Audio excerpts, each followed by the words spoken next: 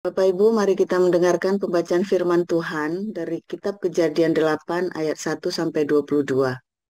Demikian firman Tuhan. Maka Allah mengingat Nuh dan segala binatang liar dan segala ternak yang bersama-sama dengan dia dalam bahtera itu. Dan Allah membuat angin menghembus melalui bumi, sehingga air itu turun. Ditutuplah mata-mata air samudra raya, serta tingkap-tingkap di langit, dan berhentilah hujan lebat dari langit, dan makin surutlah air itu dari muka bumi. Demikianlah berkurang air itu sesudah 150 hari. Dalam bulan yang ketujuh, pada hari yang ke-17 bulan itu, terkandaslah bahtera itu pada pegunungan Ararat. Sampai bulan yang ke-10, makin berkuranglah air itu dalam bulan yang ke-10. Pada tanggal 1 bulan itu, tampaklah puncak-puncak gunung. Sesudah lewat 40 hari, maka Nuh membuka tingkap yang dibuatnya pada bahtera itu. Lalu ia melepaskan seekor burung gagak, dan burung itu terbang pulang pergi sampai air itu menjadi kering dari atas bumi. Kemudian dilepaskannya seekor burung merpati untuk melihat apakah air itu telah berkurang dari muka bumi. Tetapi burung merpati itu tidak mendapat tempat tumpuan kakinya, dan pulanglah ia kembali mendapatkan Nuh ke dalam bahtera itu, karena di seluruh bumi masih ada air. Lalu Nuh mengulurkan tangannya, ditangkapnya burung itu, dan dibawanya masuk ke dalam bahtera. Ia menunggu 7 hari lagi, kemudian dilepaskannya pula burung merpati itu dari bahtera. Menjelang waktu senja, pulanglah burung merpati itu mendapatkan Nuh pada paruhnya. Dibawanya sehelai daun zaitun yang segar. Dari situlah diketahui Nuh bahwa air itu telah berkurang dari atas bumi. Selanjutnya ditunggunya pula 7 hari lagi. Kemudian dilepaskannya burung merpati itu. Tetapi burung itu tidak kembali lagi kepadanya. Dalam tahun ke-601, dalam bulan pertama, pada tanggal 1 bulan itu, sudahlah kering air itu dari atas bumi. Kemudian Nuh membuka tutup bahtera itu dan melihat-lihat. Ternyatalah muka bumi sudah mulai kering. Dalam bulan kedua, pada hari yang ke-27 bulan itu, bumi telah kering. Lalu berfirmanlah Allah kepada Nuh, keluarlah dari bahtera itu, engkau bersama-sama dengan istrimu serta anak-anakmu dan istri anak-anakmu. Segala binatang yang bersama-sama dengan engkau, segala yang hidup, burung-burung, hewan, dan segala binatang melata yang merayap di bumi, suruhlah keluar bersama-sama dengan engkau, supaya semuanya itu berkeriapan di bumi, serta Hai, berkembang biak dan ya, bertambah banyak di bumi. Bu Yenti, Bu Yenti. Lalu keluarlah Nuh bersama-sama dengan anak-anaknya dan istrinya, dan istri anak-anaknya. Segala binatang liar, segala binatang melata, dan segala burung, semuanya yang bergerak di bumi, masing-masing menurut jenisnya, keluarlah juga dari bahtera itu. Lalu Nuh mendirikan mezbah bagi Tuhan. Dari segala binatang yang tidak haram dan dari segala burung yang tidak haram diambilnyalah beberapa ekor. Lalu ia mempersembahkan korban bakaran di atas mezbah itu. Ketika Tuhan mencium persembahan yang harum itu, berfirmanlah Tuhan dalam hatinya, aku takkan mengutuk bumi ini lagi karena manusia.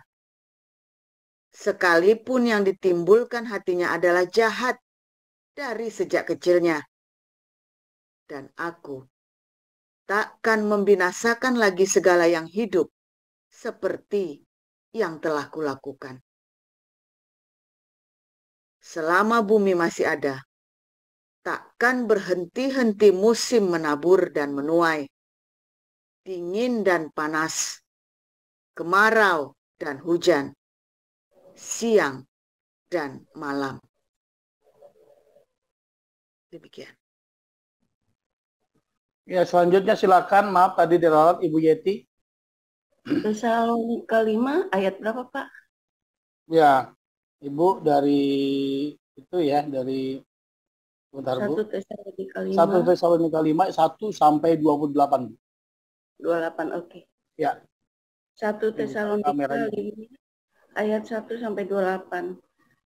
Tetapi tentang zaman dan masa, saudara-saudara, tidak perlu dituliskan kepadamu, karena kamu sendiri tahu benar-benar bahwa hari Tuhan datang seperti pencuri pada malam. Apabila mereka mengatakan semuanya damai dan aman, maka tiba-tiba mereka ditimpa oleh kebinasaan. Seperti seorang perempuan yang hamil ditimpa orang sakit bersalin. Bu Mereka Yeti, pasti buka tidak. kameranya bisa Bu? Maaf Bu. Oh iya, Dibuka. sorry. Maaf. Oke, silakan dilanjut. Tetapi kamu, saudara-saudara, kamu tidak hidup di dalam kegelapan, sehingga hari itu tiba-tiba mendatangi kamu sendiri seperti pencuri. Karena kamu semua adalah anak-anak terang dan anak-anak siang. Kita bukanlah orang-orang malam atau orang-orang kegelapan. Sebab itu baiknya jangan kita tidur seperti orang-orang lain, tetapi berjaga-jaga dan sadar. Sebab mereka yang tidur, tidur waktu malam, dan mereka yang mabuk, mabuk waktu malam. Tetapi kita yang adalah orang-orang siang, baiklah kita sadar, berbaju zirahkan iman dan kasih, dan berketopongkan pengharapan keselamatan. Karena Allah tidak menetapkan kita untuk ditimpa murka, tetapi untuk beroleh keselamatan oleh Yesus Kristus, Tuhan kita, yang sudah mati untuk kita, supaya entah kita berjaga-jaga, entah kita tidur, kita hidup bersama-sama dengan Dia. Karena itu, nasihatilah seorang akan yang lain dan saling membangunkan kamu seperti yang memang kamu lakukan. Kami minta kepadamu, saudara-saudara, supaya kamu menghormati mereka yang bekerja keras di antara kamu, yang memimpin kamu dalam Tuhan dan yang menegur kamu, dan supaya kamu sungguh-sungguh menjunjung mereka dalam kasih karena pekerjaan mereka. Hiduplah selalu dalam damai dengan yang lain. Kami juga menasihati kamu, saudara-saudara. Tegurlah mereka yang hidup dengan tidak tertib. Hiburlah mereka yang tawar hati. Belalah mereka yang lemah. Sabarlah terhadap semua orang. Perhatikanlah supaya jangan ada orang yang membalas jahat dengan jahat, tetapi usahakanlah senantiasa yang baik terhadap kamu masing-masing dan terhadap semua orang. Bersukacitalah senantiasa. Tetaplah berdoa, mengucap syukurlah dalam segala hal, sebab itulah yang dikehendaki Allah di dalam Kristus Yesus bagi kamu. Janganlah padamkan roh, dan janganlah anggap rendah nubuat-nubuat. Ujilah segala sesuatu, dan peganglah yang baik. Jauhkanlah dirimu dari segala kejahatan. Demikianlah firman Tuhan. Amin. Terus ayat 28 juga. Sorry. Ayat 23-nya, semoga Allah damai sejahtera menguduskan kamu seluruhnya, dan semoga roh, jiwa, dan tubuhmu terpelihara sempurna dengan tak bercacat pada kedatangan Tuhan Yesus, Tuhan kita. Ia yang memanggil kamu adalah setia. Ia juga akan menggenapinya. Saudara-saudara, doakanlah kami, sampaikanlah salam kami kepada semua saudara-saudara dengan cium yang kudus. Demi nama Tuhan, aku minta dengan sangat kepadamu, supaya surat ini dibacakan kepada semua saudara. Kasih karunia Yesus Kristus, Tuhan kita, menyertai kamu. Amin.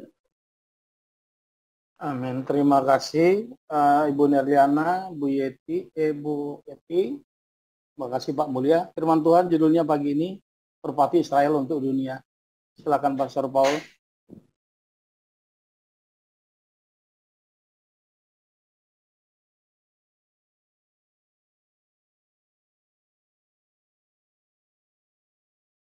Haleluya, luar biasa. Firman Tuhan selalu baru setiap hari bagi orang-orang yang menantikan Tuhan dengan pengharapan, ya, hatikvah. Jangan lupa ya, menantikan Tuhan dengan pengharapan.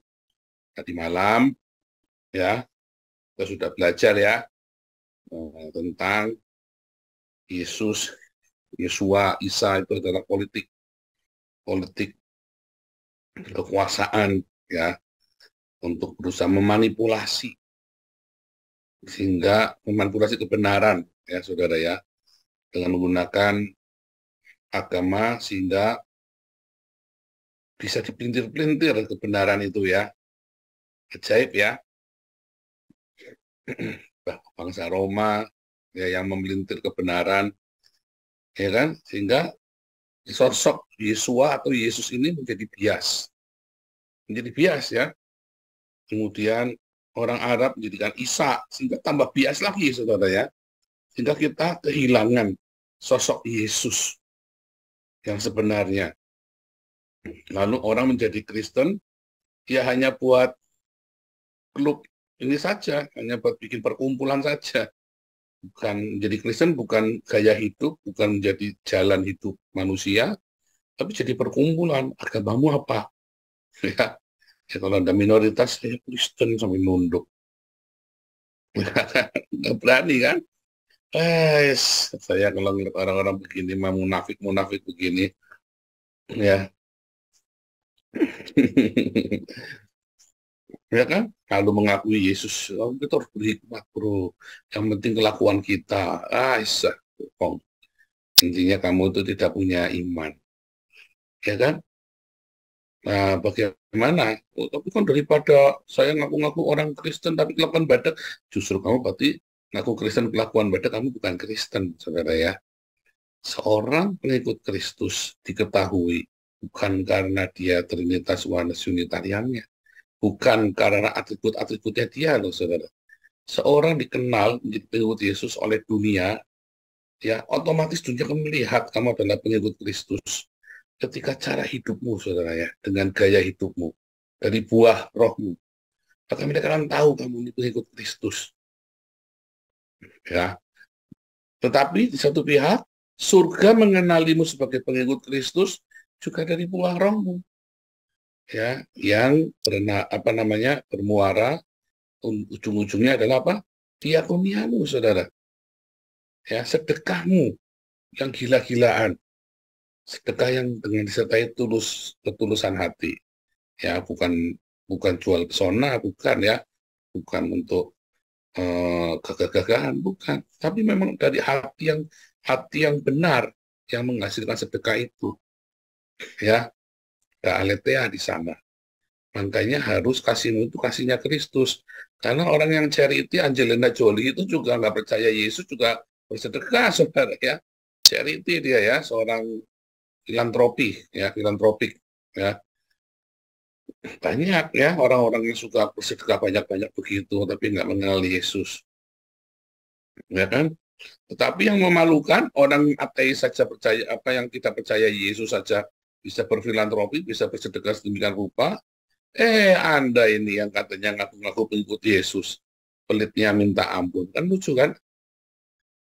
Nah, sehingga apa, saudara? Sehingga ketika ada memberitakan Injil, membawa jiwa-jiwa datang kepada Yesus, endingnya orang ini harus diajari bersedekah.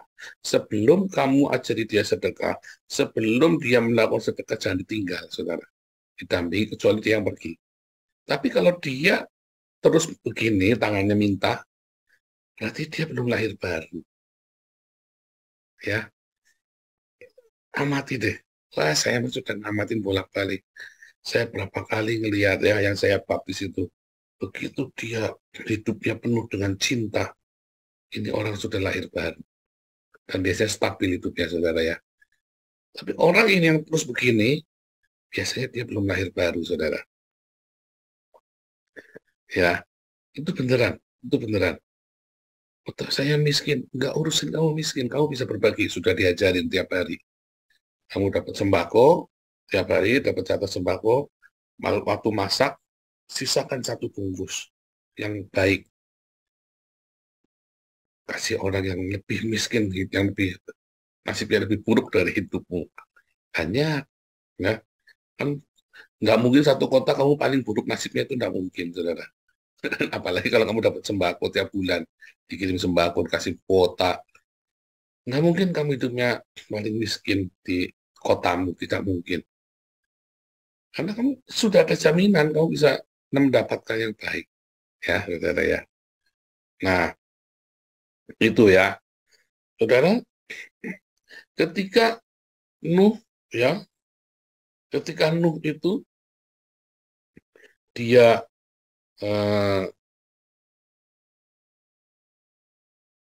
apa namanya, mengalami banjir besar, ya, dari mulai kejadian itu ya, kejadian 7 kemarin, kejadian 8 hari ini, ya, maka Anda akan menemukan ya 3 kali angka 40, saudara ya.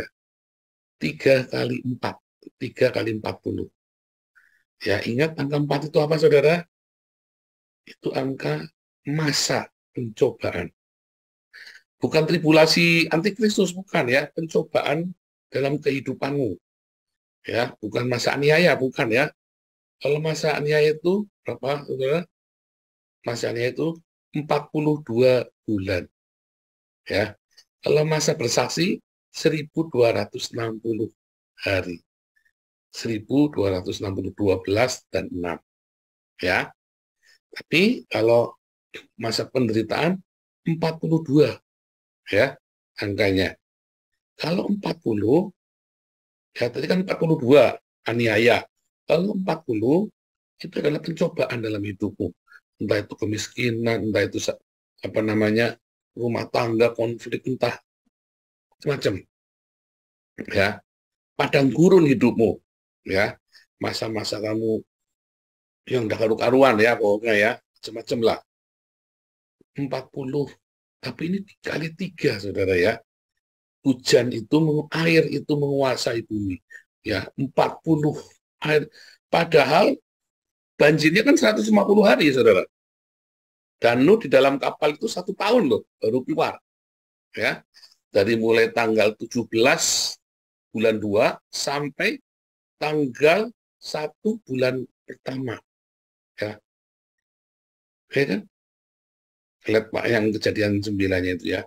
Setahun loh, hampir setahun lah minimum ya, minimum 11 bulan lah. Kurang lebih 11 bulan, saudara ya. Tetapi ada angka 40 kali 3, dikatakan 3 kali, 40 hari lamanya air itu menguasai bumi.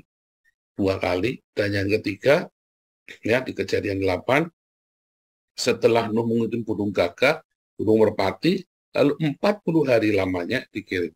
Ya. Nah, saudara, pencobaan yang kalau ada sesuatu yang sampai 3 kali diulang, berarti itu penting, ya. Berarti itu adalah penekanan. Di situ ada penderitaan. Di situ ada masa-masa yang berat, saudara ya. Nah, setelah 3 kali masa yang berat itu, sampai di sini ngalamin 3 kali masa yang berat, benar-benar 3 kali, ya, 3 kali 4 tahun, atau ya ini 12 tahun kan, sama kan, ya, itu saya luar biasa berat, tuh, saudara. Atau jangan, mungkin sampai berapa puluh tahun, biasanya hanya 12 tahun. Anda melewati masa-masa senang, tiba-tiba masuk 4 tahun, 4 tahun, 4 tahun, Anda nggak lepas-lepas itu, karena Anda nggak bertobat. Ya, tetapi kalau engkau bertobat setelah masa-masa pencobaan itu, maka akan ada damai yang luar biasa dalam hidupmu, saudara. Ya, di dalam masa pencobaan, ketika kamu lepas dari masa pencobaan, ya, maka akan ada damai yang luar biasa dalam hidupmu. Ya, akan ada shalom dalam hidupmu, saudara ya. Seperti keluarga kami mengalami shalom. Ya, kita mengalami pencobaan yang luar biasa walaupun cuma 4 tahun. Tapi bagi kami itu, wah, itu mengerikan sekali ya. Itu tiap kali taruhannya nyawa ya, saudara ya, kita alami ya. Sekarang lebih bahaya, tapi kita aman. Dulu itu kita bahaya dan tidak lebih bahaya dari sekarang, tetapi tanpa rasa aman, ya. Karena apa, saudara? Karena nggak ada iman di sana. Yang ada cuma hawa nafsu, ya. Yang ada hawa nafsu, maka kudu ngalamin lagi 40 hari lagi. Yang ada hawa nafsu, saudara. Masa pencobaan yang berat, ya. Kalau kamu tidak melepaskan hawa nafsumu, maka masuk lagi dalam masa nunggagak itu, saudara. Yang kasih makan Elia, yang kasih makan daging. Ya kan? Kalau di dalam masa pencobaan itu kamu tidak melepaskan hawa nafsumu, kamu tetap hidup di dalam mengumbar hawa nafsumu, mengumbar marahmu, mengumbar seksmu, mengumbar zina itu ya, mengumbar iri dengki, mengumbar fitnah, mengumbar segala pertengkaran, perseteruan, percideraan itu ya, pembunuhan, apalagi tadi ya, cabulan, perzinahan, iri dengki, lihat Galatia 5 itu ya, buah dari daging. Ya, maka kamu akan masuk lagi, saudara, 40 lagi, pencobaan lagi, di extend. Jadi kalau melewati masa pencobaan, ya, begitu kamu lihat ini setahun, kok sial ya, 2 tahun, kok sial lagi ya, saudara berhenti, saudara, diem. Kalau yang biasanya orang meladung kamu ngelawan, sekarang kamu diem. Ya, ada beberapa orang kan yang kalau ada apa tentang ngelawan, oh yang gini prinsip baca atau ngajak ribut atau apa. Kalau tahun pertama kamu ada masalah sial apapun, tahun kedua belum lolos, kamu harus hati-hati, saudara. Ya, tahun ketiga, berarti benar omongannya Pak Paul ini, ya kan? Ubah setiap responmu. Mulai jangan melawan, mulai diem, dihina, diam saja. Ya, walaupun sampai rumah nangis, tapi jangan ngamuk-ngamuk di rumah. Ya, terima, saudara, terima. Seperti Daud pahlawan perang ya, dihina-hina sama si Mei kan, dilemparin pakai batu. Ya kan? Daud nggak ngerespon loh, saudara, walaupun dia bisa ngelawan, samperin, ribet kepalanya. Bahkan dia nyuruh anak buahnya saja suruh bunuh aja itu orang, pancung aja kepalanya. Ya kan? Bisa kan? Tapi Daud nggak mau, saudara, dia biarkan. Biarin saja. Daud yang begitu hebat itu loh ya, pahlawan perang loh Anda, kenapa apanya Daud, saya kira pendengar di sini ya, siapapun Anda, preman manapun, Anda residivis manapun, nggak ada Anda yang berdarah dingin kayak Daud, saudara. Satu desa kalau ngerampok satu desa pasti disembelih semua, dibunuh semua kan. Goliat saja dilawan tingginya 3 meter. Iya kan? Kita kan belum ada yang berkelahi sama orang dengan tingginya 3 meter kan. Bukan 3 meter apa yang kembu, bukan ya, tapi 3 meter benar-benar seorang petarung dia ya, kayak lawan siapa, kayak Anda kayak kelahi lawan Holyfield itu saudara ya. Kan belum ada kan sampai tarung begitu kan. Makanya seorang Daud saja dilepaskan, saudara. Dia seorang raja loh. Anda kan belum pernah ada yang jadi raja di sini kan. Padahal direktur kayak saya mentok-mentok sombongnya minta ampun. Gaji cuma berapa, tapi belagunya minta ampun ya. Kayak saya, ya kan. Nah, kalau seorang Daud saja bisa melepaskan, saudara ya, kita harus belajar lepaskan. Makanya Daud itu dibilang apa, sahabatnya, apa, hatinya melekat pada Allah. Karena begitu tahu ini dari Tuhan, cobaan itu Tuhan izinkan, memang dia tahu, dia lepaskan sudah semua egonya, semua harga dirinya, dia responnya itu hebat sekali. Jangan dilawan, jangan ribut. Ya, makanya cepat pencobaannya, ya kan? Nah, kita juga begitu, saudara ya. Kita juga begitu, responnya harus benar. Jadi burung gagak itu jangan kamu umpat, burung gagak ya. Jangan dikeluarkan burung gagakmu, nanti kamu mengalami 40 hari lagi, pencobaan lagi. Ya, lepaskanlah shalom, damai. Ya kan? Lepaskanlah shalom, damai. Coba Israel, diajar Iran, dia diam. Diajar sama Lebanon, diam. Diajar sama Houthi, diam. Diajar Indonesia, dia diam. Padahal kan gampang sekali kan. Sentik aja kan selesai kan.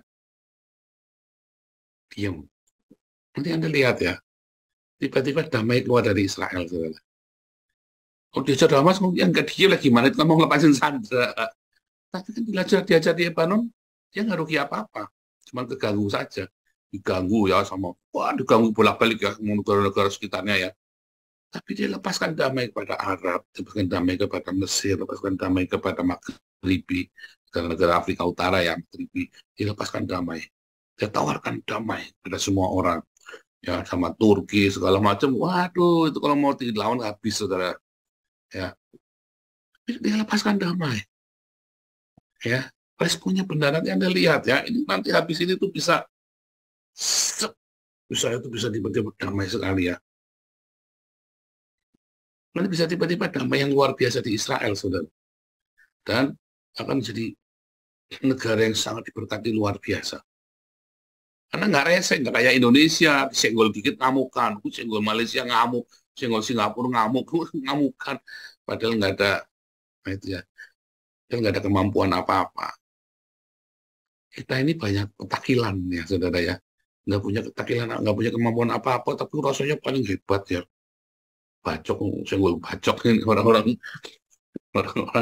Indonesia ini paling takilan ya seluruh dunia, nggak punya apa-apa tapi senggol rasanya teriaknya paling keras ya saudara ya, mereka paling keras saudara ya, boikot padahal kere, ini boikotnya paling keras ya, dia boikot sana, boikot sini, boikot Prancis, boikot Amerika, boikot Yahudi, boikot siapa lagi, boikot Cina.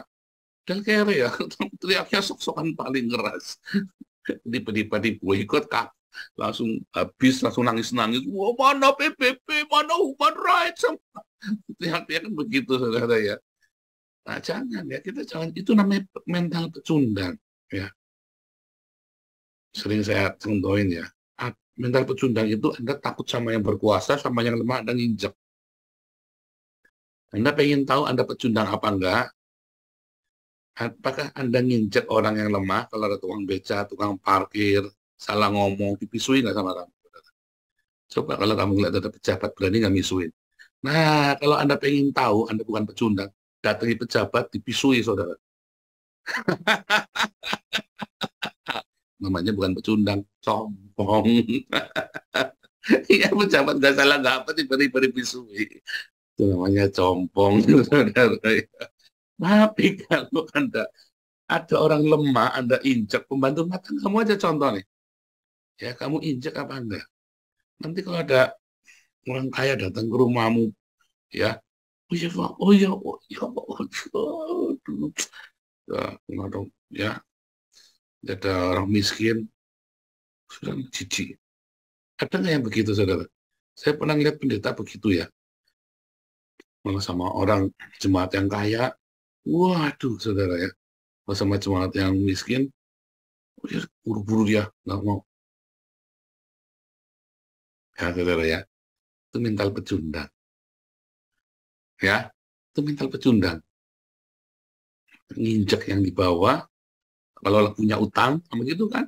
Yesus mengajarkan kan, ketika dia datang sama raja, oh ampuni aku raja, ampuni aku. Aduh. Tapi begitu dia ngelihat ada orang utang sama dia, padahal cuma sedikit dicekek, saudara. Itu mental pecundang tuh, nggak masuk kerajaan surga. Nah, Anda tuh jangan-jangan masih begitu, nggak masuk kerajaan surga, hati-hati. Respon-responmu ya nggak benar. Makanya kalau kamu masih punya respon gitu, cepetan bertobat. Ya, kalau kamu masih memandang rendah tukang parkir, dan kalau ada mobil mewah terus turun terus Anda mantuk-mantuk itu ya, hati-hati yang bertobat tuh, itu mental pecundang tuh. Biasa aja lagi. Mau tukang parkir, saya mah biasa aja.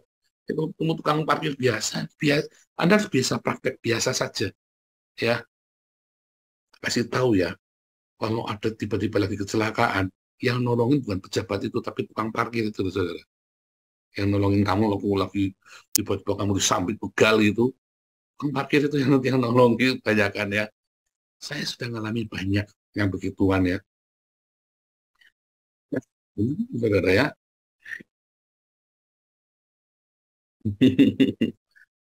Ya, jadi itulah mental pecundang. Ya, cek saja hatimu, saudara. Cek saja dengan kejadian nyata. Kalau kamu masih begitu bertobat, karena kamu nggak masuk kerajaan surga loh. Kalau kamu masih seperti itu sebenarnya sama ya dengan pengampunan. Satu link itu, saudara ya. Anda sama yang kaya itu Anda untuk sama yang rendah. Kalau kamu masih punya begitu, kamu tuh nggak masuk surga loh, saudara. Serius ya. Nah, kalau Anda dalam masa-masa pencobaan, responmu kudu benar. Mau sama orang kecil, tapi ini orang kecil Pak nginjak kok kurang ajar Pak. Justru ketika orang kecil itu nginjak, kamu gunakan kesempatan buat kamu merendah. Orang kecil Pak, kurang ajar sekali Pak. Sudah, biarin aja. Justru karena dia orang kecil, ya biarin saja. Biar kesempatan, biar seneng. Ya, biar seneng, ya. Ini orang kaya nginjak, orang ini semua nginjak saya. Terima saja, saudara. Ya, terima saja, nggak usah ribut. Kecuali orang mau perkosa istrimu, ya jangan dikasih. Orang mau ngapain anakku, ya jangan dikasih. Tapi kalau kamu cuman omongan, cuman dihina, kalau kamu cuman ditabok gitu, ya sudah biarin saja, saudara. Ya, nggak usah emosi. Oh, ini harga diri, Aisyah lah, kamu harga dirinya berapa? Ya, siapa yang harga dirinya masih dicicil? Ayo, saya mah sudah lunas dibayar. Siapa yang masih dicicil di sini, masih kredit harga dirinya? Kamu tukang kredit, sukanya kredit. Kesinggungan harga dirinya masih kredit kamu. Oh, saya sudah lunas dibayar oleh Tuhan Yesus. Ya, hidupku bukannya aku lagi kan. Siapa di sini masih kredit harga dirinya? Makanya sewotan, kesinggungan kamu. Ya, responmu harus benar. Nanti kalau responmu benar, ya, maka shalom di situ. Damai yang luar biasa bagi seluruh dunia. Nanti ya, itu nanti yang cerita Antikristus itu nanti. Sekarang kita ceritain damai dulu yang dekat, saudara ya. Bagaimana bisa terjadi damai? Ya, karena Israelnya meresponi dengan benar. Dia berikan ya, dia kirim burung merpati ke seluruh dunia. Ya kan? Sehingga damai. Ya, sehingga terjadi damai. Besok kita cerita pelangi. Ya, nanti akan terjadi pelangi Nuh itu, saudara ya. Jadi Wahyu juga ada cerita pelangi ya. Wahyu juga cerita tentang pelangi. Ya kan, kuda putih yang membawa pelangi kan. Besok ya. Ada damai. Tapi bagaimana supaya kamu bisa membawa damai? Kamu kudu orang yang Itu tadi, ngalah, rendah hati, suci hatimu. Matius 5, 9 bahagia. Ya, berbahagialah orang yang lemah lembut, yang memiliki bumi lemah lembut. Oh, jangan ya, jangan ngamukan ya saudara ya. Bahagialah orang yang apa saudara? Yang suci hatinya. Ya, bahagialah orang yang dianiaya karena kebenaran. Ya, belajar saudara ya, punya hati yang benar. Ya, miskin di hadapan Allah. Jangan suka pamer, jangan sok-sokan pamer. Oh, saya ini, itu harga diri saya ini orang kaya ini. Ya kan? Nah itu ya, Anda baca Matius 5, 9 bahagia. Ya, respon yang benar. Ya, coba baca aja deh ya sama-sama ya. Tolong bukain deh Matius 5, 9 bahagia. Ya, itu respon ya. 9 bahagia ini adalah sebuah respon, saudara ya. Tolong tampilkan boleh? Siapa bisa tampilkan? Kita baca saja sama-sama terakhir. Pak Mulia, Matius 5 ayat 1 sampai berapa itu?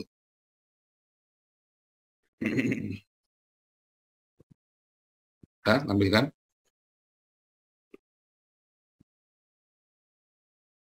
Nah, nih, tidur Pak Mulia nih. Enggak, Pak, sebentar. Oke.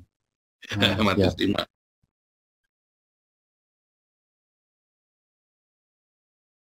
Matius 5 Ayat 1 ayat. sampai 11. Oke, sudah. Ya, 1, miskin di hadapan Allah. Ya, jangan sok kaya kamu. Jangan sok pamer. Jangan hidup mewah-mewah. Ya, yang berduka cita. Ya, artinya berduka cita itu karena dosa-dosamu. Ya, udah salah, bangga lagi. Saya baru Alexis semalam, pamer lagi. Hidupmu dalam duka cita karena apa? Karena dosa-dosamu, saudara ya. Ada penyesalan di situ. Ya, ya kan? Terus lemah lembut. Ya, lemah lembut mudah diajar. Ya,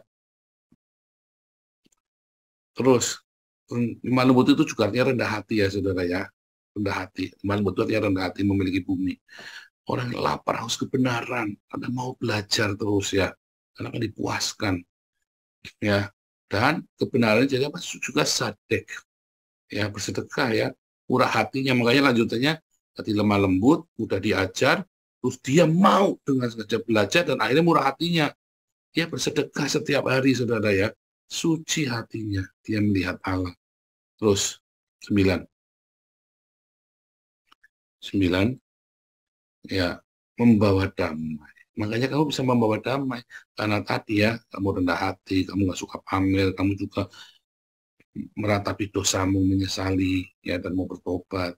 Kamu juga lemah lembut, ya kan? Mau diajar, mau mendengar, nggak sombong, ya. Kamu juga mau bersedekah, murah hati, ya. Jangan pelit, juga jangan wah ini orang keenakan dia, kasih kesempatan keenakan dia, jangan. Kita bisa tolong orang, membawa damai. Makanya kita bisa membawa damai. Mungkin orang nggak suka kamu akan dianiaya, ya, dijauhi, dikucilkan, nggak apa-apa. Berbahagialah kamu juga karena Yesus kamu dicela dan dianiaya dan difitnah, kayak kita ya sering difitnah komunitas kita ya. Itu ya. Jadi jangan khawatir. Respon-responmu juga coba baca lagi 9 bagian untuk meresponi yang benar. Nanti kamu akan melepaskan merpati damai itu, Roh Kudus. Ya, bahwa buahnya itu nanti buahnya baik semua. Nanti lihat Israel nanti ya, akan membawa damai bagi seluruh dunia. Tuhan Yesus memberkati.